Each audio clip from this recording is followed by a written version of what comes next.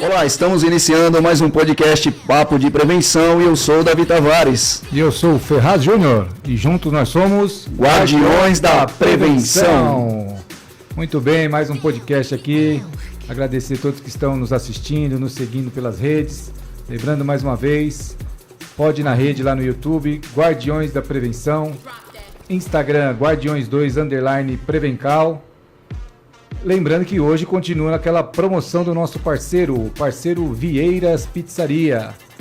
E qual é o procedimento para participar? Você já sabe. Entrar lá no Guardiões da Prevenção no YouTube, no Pod na Rede, se inscrever, entrar no Guardiões2_Prevencão e começar a seguir a gente no Instagram e participar aqui com perguntas, comentários. Estará participando do sorteio da nossa pizza. Oi pessoal, tudo bem? Pessoal, vou dar uma paradinha só para pedir um favor para você. Deixe um like, faça um comentário, porque isso ajuda muito na relevância do canal, para que possa alcançar muito mais pessoas. Valeu! É isso aí. Estamos caminhando para mais uma entrevista que eu acredito que seja muito importante, né? De suma importância, até por fatos de acontecimentos domésticos, até mesmo a nível municipal, estadual, federal, né? Então hoje nós vamos ter um bate-papo muito gostoso aqui, viu, Ferraz? É isso aí. O nosso convidado especial de hoje é o bombeiro, engenheiro civil e advogado Kleber Moraes. Seja bem-vindo, Kleber. Boa noite, né? Boa noite, Ferraz. Como é que vocês estão? Tudo tranquilo, na paz? E vamos tocar aqui, vamos pra cima aí, que prevenção em primeiro lugar, né? Quem previne sempre tá bem, porque se depois ele deixar da prevenção de lado, ele acaba sofrendo as consequências, né? É isso aí. Muito bom. Então é isso aí. Hoje vamos agregar bastante conhecimento para os nossos telespectadores. E aquela pergunta inicial ao nosso convidado, para se apresentar um pouquinho para o nosso público, falar da sua trajetória, se o senhor é de Guarulhos, fala um pouquinho da sua história para os nossos telespectadores. Bom, eu sou nascido e criado em Guarulhos, né? Temos aí, atualmente, né? Estamos com 51 anos, né? De idade. Né? Jovem 73, ainda, né? Jovem ainda. E aos 18 anos, a gente já entrou no Corpo de Bombeiros, né? Prestei concurso na época, em 1992. Né? Logo depois passou aquela fase do Exército, já até, né, pedi para ser dispensado lá, que já estava com a ideia, com o andamento, né, dessa situação, de entrar para a Polícia Militar do Estado de São Paulo, porque hoje, né, dentro do Estado de São Paulo, o Corpo de Bombeiros ele pertence à Polícia Militar do Estado. Enfim. E a minha chegada ao bombeiro ela foi meio que por acaso, na realidade. A grande realidade é essa. Porque na época, quando eu fui fazer a inscrição, aí tinha lá, né, um papel que eu colocava lá todos os dados pessoais, etc. E nessa situação você colocava ali quais eram as opções, e tinham 3 opções. Então na época era policiamento de trânsito e bombeiro. Né? Eu pensava assim, eu falava assim, poxa, eu podia ser um policial rodoviário, né? Pensava que iria existir uma gama de situações e tal. Aí eu fiquei pensando assim, eu falei assim, na época, né, pelo fato do meu pai militar a vida inteira, a gente já conhecer, né, o sistema, aí eu falei, os caras não vai levar em consideração a minha opinião, né? O Estado vai determinar aquilo onde estiver precisando, onde estiver, eles vão me alocar onde for necessário, né? Não é... Na época eu pensei isso, né? Mas aí eu falei assim, bombeiro. Coloquei lá a primeira opção, e que eu achava bonito também, né? Achava muito bonito a profissão. Preservação da vida, né? A preservação da vida, né? Do patrimônio, viatura, tudo, né? Aquela coisa assim, né? E aí eu pensei, né? Eu coloquei lá e tal, no segundo eu coloquei policiamento, etc. Bom, enfim. Aí passou todas as etapas, a gente foi chamado lá, convidado lá no famoso panelão, lá no CESAEP, lá, né? Administrativo, né? No setor administrativo da Polícia Militar do Estado. E aí, aquele monte, você olhava assim, aquele monte de menino novinho, né? Aquele monte de pessoalzinho com a cabecinha tudo raspadinha e tal. Tudo padrão, tudo padrão e tal. né? E aí separou uma turma de 40, na época acho que foi 42 alunos da minha turma, separou aquela turminha. Aí eu falei, pronto, agora os caras... Porque se tem uma minoria num monte de uma, né, dentro de um número, de uma maioria, você tem um monte de gente lá, mil pessoas. Separa 40, você fala, os caras vão falar que a gente não passou, né? Pode ir embora pra casa, pega as tuas coisas aí e vai embora. E daí eles reuniram a gente numa sala e aí veio um coronel do bombeiro, né? Na época era Coronel Aldo, né? E aí ele, vozeirão assim, intimidador, né? Sou o coronel do Corpo de Bombeiros, tal, e eu, coronel, lá do 8º GB, etc, etc. Bom, enfim. E aí falou assim, ó, vocês vão pegar vai estar um ônibus esperando para vocês e vocês vão para um local direcionado, né? Aí chegamos lá em São Caetano do Sul, bati lá em São Caetano do Sul. Eu lembro até hoje, lá o posto Cerâmica, não existe mais esse posto. A gente tá ficando velho, né? Não existe mais esse posto de bombeiro. E aí ficamos uns dias lá e depois fomos pro posto do Barcelona, que é diga-se de passagem, é um posto bonito, um prédio todo espelhado, sabe? Bonito assim, só de você olhar, você fica encantado, né? Do lado da General Motors, da fábrica da General Motors ali e tudo. E aí fomos para um outro prédio lá, eu fiquei encantado com o prédio e tudo. E aí a gente foi aprendendo o que é bombeiro, né? Na realidade. Porque eu achava que Polícia Militar do Estado era somente assim, aquela coisa de policiamento, choque, sabe? Enfrentamento, né? Enfrentamento. Aquela ostensiva, né? Isso, o enfrentamento ao crime, etc, etc. Fiscalização, né? Essa coisa toda. Eu não via esse outro lado assim. Eu sabia do bombeiro, enxergava, via as viaturas do bombeiro, mas não tinha, né, noção, porque meu pai era do policiamento, então eu nunca, né, não sabia o que era aquela coisa de, né, apagar um incêndio, a prevenção contra o incêndio, a preservação da vida, né, em primeiro lugar, tal, que hoje a gente já entende, já estudou e tudo, né, vê que constitucionalmente já, né, a gente tem lá na nossa maior lei, na nossa Carta Magna, a gente tem essa situação da preservação da vida, do meio ambiente, do patrimônio, etc. Só que isso na época, né, aquela coisa assim, não sabia. E aí eu fui aprendendo e aquilo foi dando gosto, sabe? Dando gosto, aí a parte de resgate, a parte, né? Aí foi na época, logo depois na sequência, já foi implantado o projeto Resgate no estado de São Paulo. Você vê, a gente iniciou, né? Eu lembro que quando eu fui lotado aqui, fui para Osasco, depois vim para Guarulhos, no 5º GB, fui lotado no 5º GB, logo após a formatura. E aí eu lembro que estavam chegando, haviam chegado, né? Haviam chego lá as primeiras unidades de resgate, as primeiras URs, né? Era o R09, o R11. Nossa. Era, né, bem assim... No início mesmo. No início. Eu tinha acabado de chegar ali, há muito pouco tempo, tinha acabado de chegar as viaturas.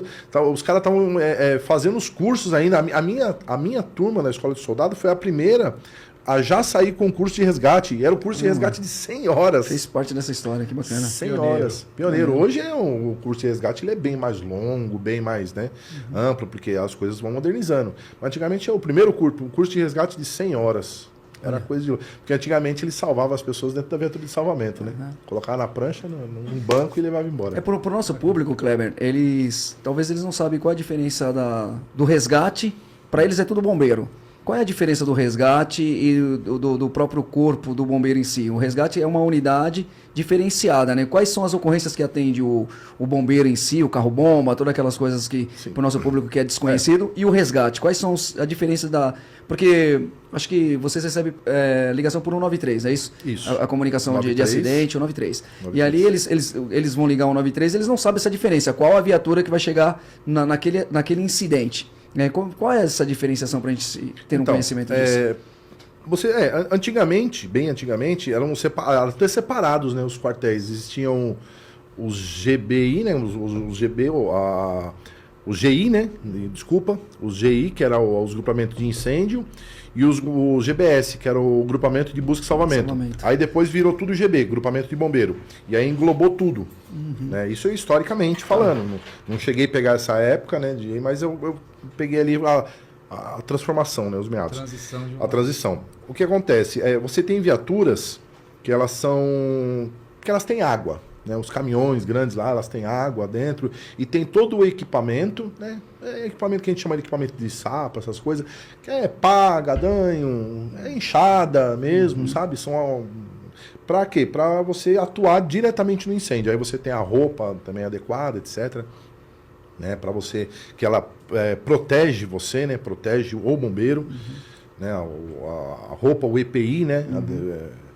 Que é utilizado, que ele também foi mudando ao longo do tempo. Agora já temos com outros EPIs, já estão melhores, já está aquele sistema, né? De macacão e tal. Bom, enfim. Aí você tem aquelas viaturas de incêndio.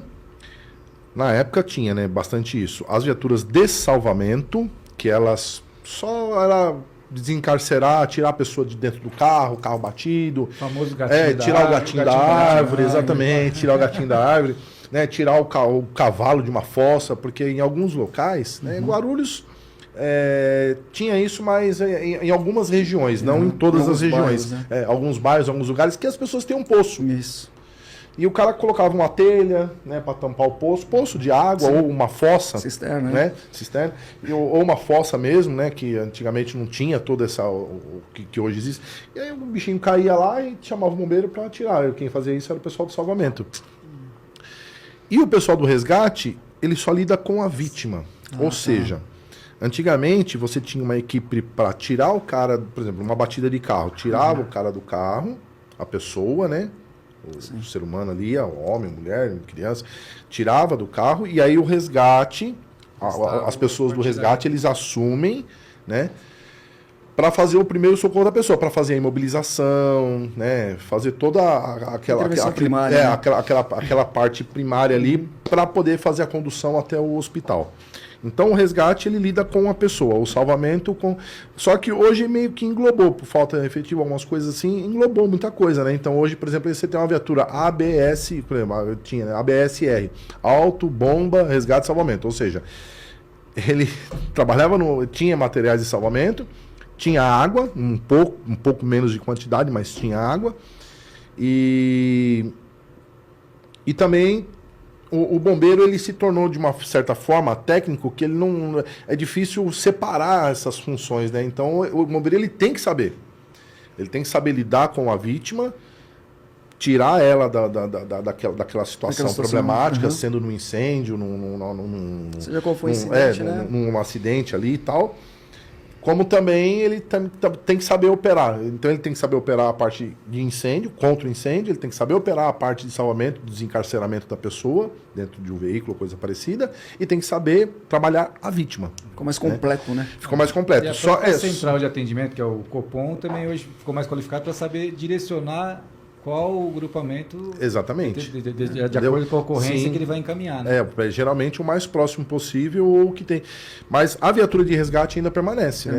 Porque ela carrega a vítima, né? Sim. Ela que transporte mais rápido. Ela que dá o suporte, né? Aquele suporte à vida, né? Aquele primeiro suporte à vida.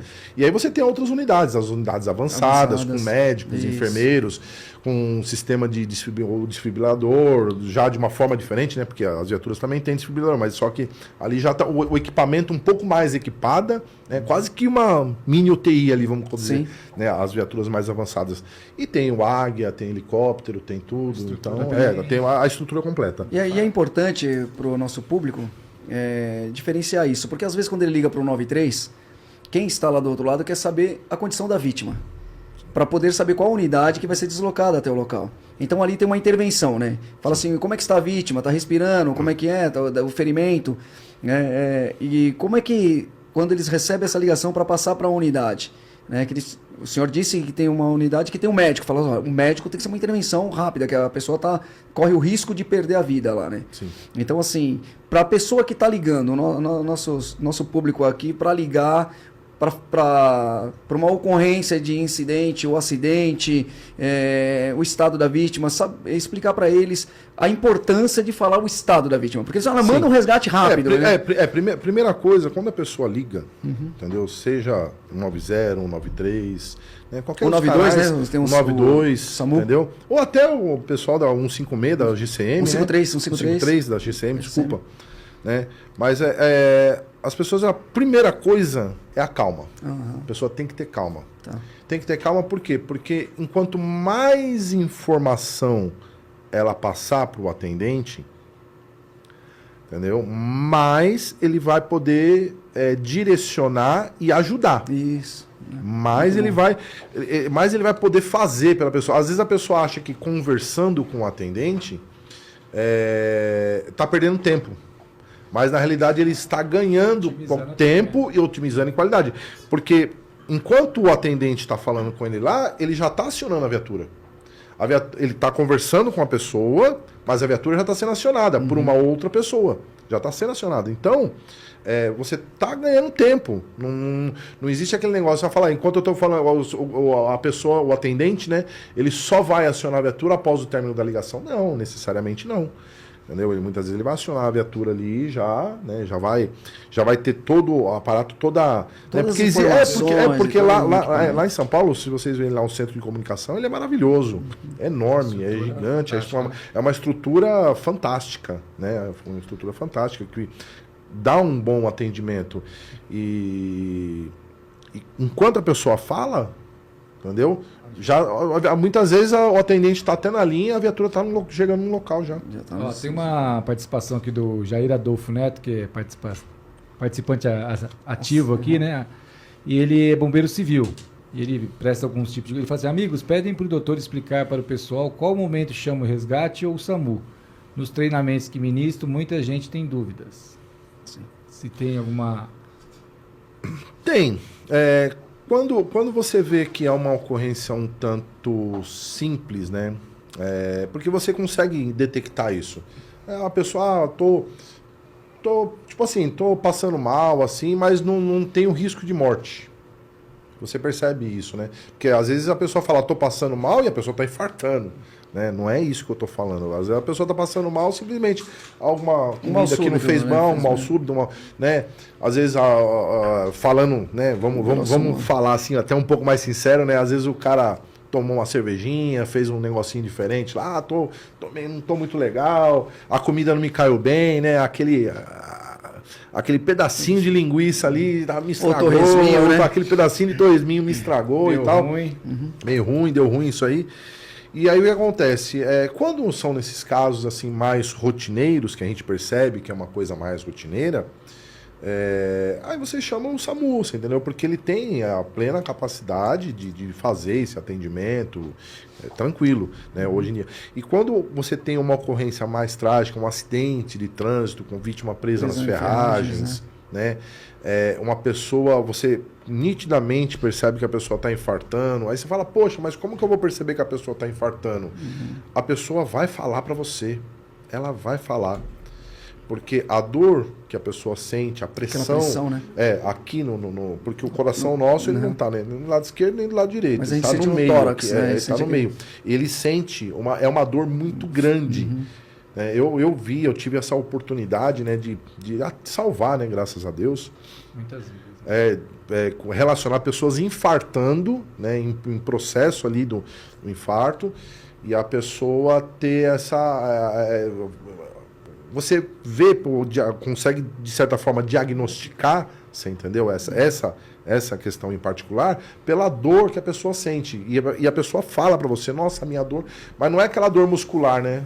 O cara puxou o ferro lá e tal, o cara deu uma corridinha, aí sentiu uma dor muscular na perna, o nosso tórax aqui, ele tem músculo também, né? Então, às vezes, a pessoa ela sente uma dor muscular, não, eu tô infartando. Não tá infartando essa dor muscular.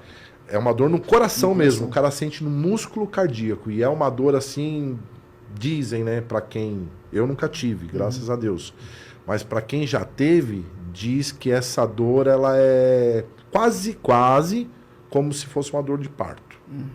Só que você sente no coração. Você perde o ar, né? Dentro. Você sente dentro, não é superficial, você sente dentro, né? Aí são situações diferentes. Que nem, por exemplo, uma vítima de epilepsia, né? Você pode chamar o SAMU? Sim, entendeu? Pode, às vezes, ser bombeiro? Pode. Depende de cada caso. O cara caiu, bateu a cabeça, tá com a cabeça sangrando, né? Uma vítima de queda, por exemplo. Sim. Atropelamento. Isso é bombeiro, sabe? Pra falar, então, é o SAMU 192, o Bombeiro 193 e a Polícia Militar 190. 190 e a Guarda Civil 153. É importante essas informações. Eu acredito que o nosso amigo aí, que está sempre participando do nosso podcast, mandar um abraço para ele, é um bombeiro civil. Eu acho que a preocupação dele, que ministra curso, é da seguinte forma. Por exemplo, aconteceu um acidente. São 20 pessoas ali assistindo o acidente, todos ligando ao mesmo tempo, congestionando a rede. Né? Porque todos vão informar ali. Então são 20 ligações ali, um atendente está aqui, o outro está ali, no mesmo acidente. Aí essas mesmas pessoas não contentes, já ligou para o SAMU? Não, aí já liga para o bombeiro também. Já liga lá para o bombeiro também. Liga o 92, liga o 93, e eles ligam para todas as redes. Então fica todas as redes congestionadas, né? E não tem aquela pessoa que tem a sensatez de chegar aí até a vítima, saber se está respirando, ver o estado que tá aquela vítima, né? Que faz ali aquela intervenção primária e passar as informações corretas. Né? Passar as informações corretas. E também tem uma coisa que eu acho muito chata, viu, Ferraz? E ao senhor também, Kleber. Que me deixa um pouco indignado, são os trotes. Sabendo que tem uma demanda tão grande, as pessoas ficam ligando e fazendo umas brincadeiras passando trote. Como é que identifica um trote? Isso aí geralmente o atendente identifica já conversando com a pessoa, né? Porque a pessoa própria se contradiz. E os atendentes, eles são preparados, né? Eles são preparados. A hora que ele atende a ligação, ele é que nem a pessoa que, vamos supor, você pega um cara que trabalha na bilheteria do metrô. Uhum. Né? Eu tô falando isso porque meu irmão trabalhou no metrô. E eles lidam tanto com dinheiro que a hora que ele pega na cédula, ele já sabe se a cédula é falsa. Ele pega, aquele toque, ele sabe. E é a mesma coisa, a pessoa se torna tão acostumada, já tem um tirocínio, já tem aquela perspicácia que quando ela atende o telefone, a pessoa fala alô, a forma, o tom de voz, a intensidade, ele já percebe se é trote ou não. Importante. Então, não faça trote, viu? Principalmente crianças aí, jovens, adolescentes, não passa trote pro bombeiro, para a Polícia Militar, para a Guarda Civil, para o resgate, ou seja, até para o SAMU. Então, inclusive a pessoa... É um tempo precioso que você pode estar... salvando uma vida. E se a pessoa for pega, ela pode até responder por isso, né? Existe um crime. Existe. O trote é um crime que é fácil de identificar pelo ID, pela ligação, né? Então sim, entendeu? Você consegue identificar, é crime. Rastrear, entendeu? Isso aí a pessoa pode responder... por isso, criminalmente, e deve, etc. Né? Pode não, deve responder. Vamos dar uma valorizada nos participantes aqui, ó. Marcelo Nascimento, boa noite, Kleber. Um abraço, Marcelão. Sandra Irata, Vivi da Prevenção. Grande Vivi. Cleusa Barbosa, parabéns, David Tavares e Ferraz. Olha que bacana esse aqui, ó. Christopher Gargamala. Conheço o trabalho com turmas militares de mais de 600 bombeiros e policiais na universidade que sou coordenador. E todos falam sobre o Sargento Kleber e o tamanho do legado que ele deixou na corporação. Olha que bacana, né? Esse é um comentário que é um legado bacana. E tem um outro aqui que faz uma... Deixa eu achar aqui, ó. QRA Carioca Pezão, estou acompanhando aqui de IP, Rio Grande do Sul, hein? Olha que bacana. Bate, E ele fez um abraço ao Sul. E ele voltou um pouquinho no nosso tempo, que o senhor falou antigamente, ele citou uma situação aqui, que deixa eu achar aqui, ó. Carioca Pezão. Antigamente, na região de Miracatu, tinha os anjos do asfalto e não tinha celular. Parei na estrada e uns 10 caminhoneiros veio me ajudar e tiramos no braço o casal, né? Então, ele fala da estrutura de antigamente que o senhor citou no início da carreira, né? Como era complicado e aí dependia da empatia dos demais que estavam na estrada, né? E tinha os anjos do asfalto aqui. E muita coisa mudou. Você vê que o próprio sistema, ele foi se adequando, ele foi mudando, né? Eu particularmente, né? Isso é uma coisa minha particular, uma opinião particular, né? Eu tenho uma grande admiração pelo bombeiro. Eu também. Eu fiquei 28 anos na Polícia Militar, 28 anos e mais alguns meses, depois eu pendurei minha chuteira lá. Eu fiquei 15 anos no Bombeiros, um outro período no policiamento, né? Mas você vê que a gente sempre acompanhou. Eu tenho muitos amigos, né? Como diz, eu tenho um legado aí, muitos amigos, graças a Deus, né? Tanto no policiamento quanto no bombeiro, mas principalmente no bombeiro a gente tem bastante gente, bastante amigo. Mas você vê a evolução a gente consegue ver a evolução da coisa, O senhor a tá evolução preparado da aí? prevenção. Eu acho que tem alguém se engasgando aqui, viu, na plateia aí. Eu tô escutando uma sócia aí, o senhor tá preparado para fazer ali manobra de Hammett. manobra de Hammett, porque eu tô vendo aqui que tem alguém que não tá sentindo muito bem aqui não, viu? Lembrando, vocês que acompanham aqui, que temos aquela promoção do convidado também, né? Sempre temos convidado. Hoje temos o nosso amigo Maurão aí, representando o Borges Estacionamento. Aí, ó. Obrigado pela presença. Show de bola. Maurinho, seja bem-vindo. Você vê que são nomes que a gente acaba nunca esquecendo, né? Sim. Que eram utilizados antigamente. Você vê, manobra de Hammett é aquela para tirar, né, para desengasgar a pessoa. Existe uma outra manobra, não sei se já ouviram falar, que é a manobra de Haltech. Sim. Entendeu? Que é aquela retirada rápida do veículo, né? Eu já tive, né, a situação de retirar. Eu tive uma grande experiência. Trabalhei em Franco da Rocha há muito tempo. Tem um GB enorme ali em Franco, né? Entendeu? Ali a escola, né? Escola, né? Hoje a atual escola de bombeiros é lá. E tem um posto de bombeiro que pertence ao 5º GB, né? Ali. E eu trabalhava no 5º GB, num posto de bombeiro, a gente pegava muita ocorrência, principalmente no final de semana. Final de semana, vítima de acidente automobilístico ali, com vítima presa em ferragem, era cotidiano. Veículos que caíam na ribanceira, cotidiano. Isso aí era, né, fogo na mata, essas coisas, mas muito tinha esses acidentes. Então a gente adquiriu uma experiência, assim, uma grande experiência, vamos colocar assim, nesse sentido. O senhor citou uma coisa sobre o engasgo, né? Muitas mães se desesperam com o bebê, quando está amamentando ou está dando uma mamadeira ali, amamentando tanto no seu cesto como na própria mamadeira, que o neném engasga, né? E bate um desespero na mãe. E é lógico que naquela hora mãe, instinto materno, tem toda aquela questão, mas é tão simples desgasgar uma criança se fizer a manobra bem correta, Sim, né? sim. Tem alguns países subdesenvolvidos que quando a mãe está ali gestante, próximo a ter o filho, eles dão um curso. Justamente esse curso então, vai o pai, vai o bebê. Aqui no Brasil tem, mas acho que não escuta falar tanto, né? Em alguns países subdesenvolvidos a gente vê muito isso. Ficou grávida, aí vai o pai, vai a mãe da criança, eles ensinam ali se a criança passar por esse processo, como desengasgar, então se torna muito, muito tranquilo. Porque nós já vimos muitas viaturas se deparando com a mãe correndo e falando, salva meu filho, e joga no colo do policial e fala, se vira aí, salva meu filho. Exatamente. Eu vi esses dias eu vi num grupo lá uma filmagem, né, do policial fazendo, né, o procedimento, né, respiratório ali, cardiorrespiratório, para efetuar o desengasgamento ali, tirar, né, mas é tranquilo. A pessoa só tem que entender o seguinte: quando é nenenzinho, quando é bebê, tudo é sensível. Tudo é pouco, tudo é sensível, né? Não adianta a pessoa chegar lá e querer assoprar ali as vias ou aéreas puxar, da criança, né? Ou tentar puxar, ou soprar. Geralmente é com substância líquida. Entendeu? Né? Então, o leite ele é uma questão... porque o leite, ele coalha. Sim. Então, a criança engasga porque quando, muitas vezes, na rapidez, né? Às vezes a criança tá sugando, aí, né? Tá sugando ali, aí aquele momento que fica na boca, o ácido ali e tal, ele já coalha o leite. Aí vai engolir e não consegue, porque ele se tornou meio que, mesmo sendo molinho, né, o leite coalhado, mas pastoso, mas ele ficou mais pastoso, ele ficou mais sólido, né, vamos colocar assim. Então aí é o que provoca muitas vezes o engasgamento. Mas não é difícil, né, mas é o que eu falo, é a calma. Quando a gente mantém calmo, a gente consegue pensar. Nervoso, você não consegue fazer as coisas direito.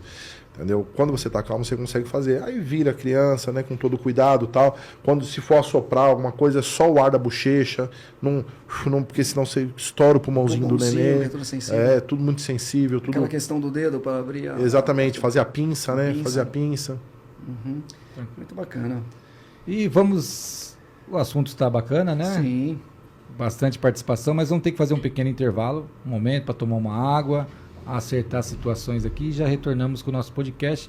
Lembrando da nossa promoção, ainda dá tempo de participar.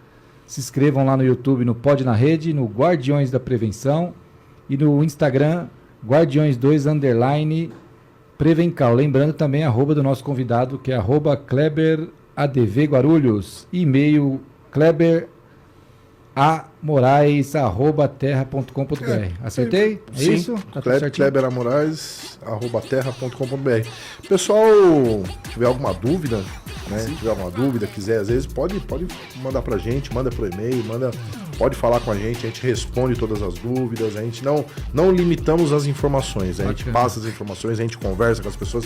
Aliás, a gente tem um prazer de conversar, né? Eu já fui professor, tudo também. Que bacana. Então, a gente tem um prazer de falar, prazer de se colocar à disposição e poder, né, passar um pouquinho de conhecimento, um pouquinho que a gente sabe, a gente poder passar para as pessoas, isso aí é fantástico.